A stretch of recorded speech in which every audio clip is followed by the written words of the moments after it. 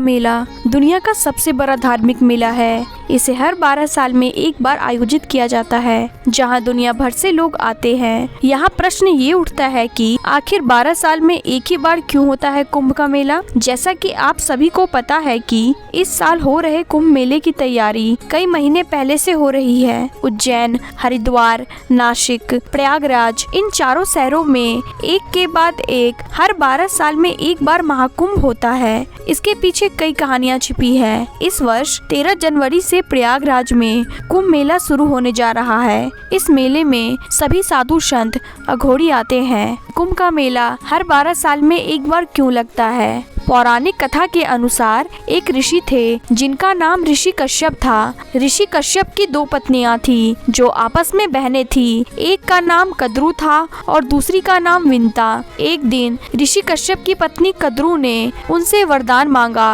कि मुझे 100 विषैले बच्चे चाहिए जो सबसे शक्तिशाली हो। ये सुन ऋषि कश्यप ने तथास्तु कह दिया। इसके बाद कद्रू को 100 अंडे मिले।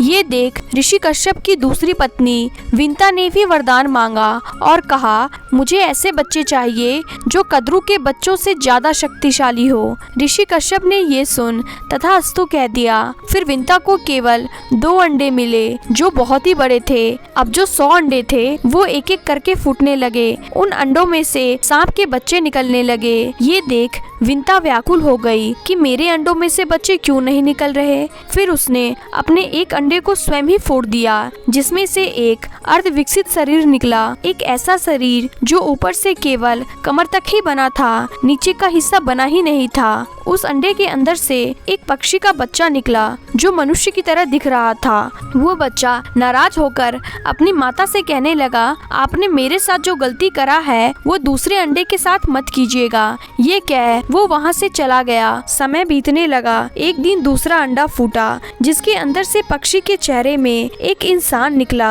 जिसका नाम गरुड़ रखा गया और जो अर्ध विकसित शरीर का अंडा था उसका नाम अरुण रखा गया। अरुण सूर्यदेव का सारथी है जो सूर्यदेव के साथ रहते हैं। गरुड़ जब अंडे से बाहर आया तब उसने देखा उसकी माँ विंता को कद्रू और उसके 100 बच्चों ने अपना दासी बना लिया है। गरुड़ ने कहा, तुम सब मेरी माता को दासी होने से मुक्त कर दो। तब सबने कहा, हम तुम्हारी माता को आजाद कर देंगे, परंतु तुम पहले जाकर बैकुंठ धाम से अमृत कलश लाकर हमें दे दो। गरुड़ देव ने उनकी बात मान ली और उड़ के बैकुंठ धाम पहुंच गए और अमृत कलश उठा लिया। ये देख सभी देवताओं ने गरुड़ देव को रोका, लेकिन वो नहीं रुके क्योंकि गरुड़ देव इतने शक्तिशाली थे कि एक एक करके उन्होंने सभी को हरा दिया। तब ये बात विष्णु जी के पास पहुंची। देवताओं ने विष्णु भगवान को गरुड़ देव को रोकने को कहा, जिसके बाद गरुड़ देव और विष्णु भगवान का युद्ध हुआ। विष्णु जी ने कहा, तुम्हारे हाथ में ये अमृत का कलश है, तुम इसे ग्रहण क्यों नहीं कर लेते? तब गरुड़ देव ने सारी बात विष्णु जी को बताई कि मैं अपनी माता को मुक्त कराने के लिए ये अमृत कलश ले जाने आया हूँ।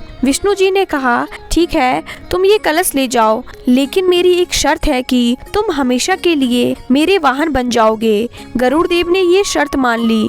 इसके बाद जैसे ही गरुड़ देव ने उस अमृत कलश को ले जाकर जमीन पर रखा, तभी विष्णु जी ने उस कलश को वहां से गायब कर दिया। परंतु शर्त के मुताबिक माँ कद्रू के सामने गरुड़ देव ने कलश को रख दिया था। इस कारण उन्हें गरुड़ देव की माता को आजाद करना पड़ा। कहा जाता है कि जब विष्णु जी और गरुड़ देव का युद्ध हो रहा था, उसी समय अमृत की कुछ बूंदें 4 स्थानों पर जाकर गिरी थी। ये वही 4 जगह है जहां महाकुंभ होता है, यानी उज्जैन, हरिद्वार, नासिक और प्रयागराज। दोस्तों, विष्णु पुराण के अनुसार महाकुंभ का एक अन्य कारण भी है। जब समुद्र मंथन हो रहा था, उस समय देवताओं और दानवों के बीच अमृत को लेकर युद्ध हुआ था। उस दौरान अमृत की कुछ बूंदें धरती पर गिरे थे। कहा जाता है कि जिन जगहों पर वो बूंदे गिरे थे वहीं पर महाकुंभ होता है, यानी उज्जैन, हरिद्वार, नासिक और प्रयागराज। 12 सालों के लिए अमृत के ऊपर युद्ध चला था,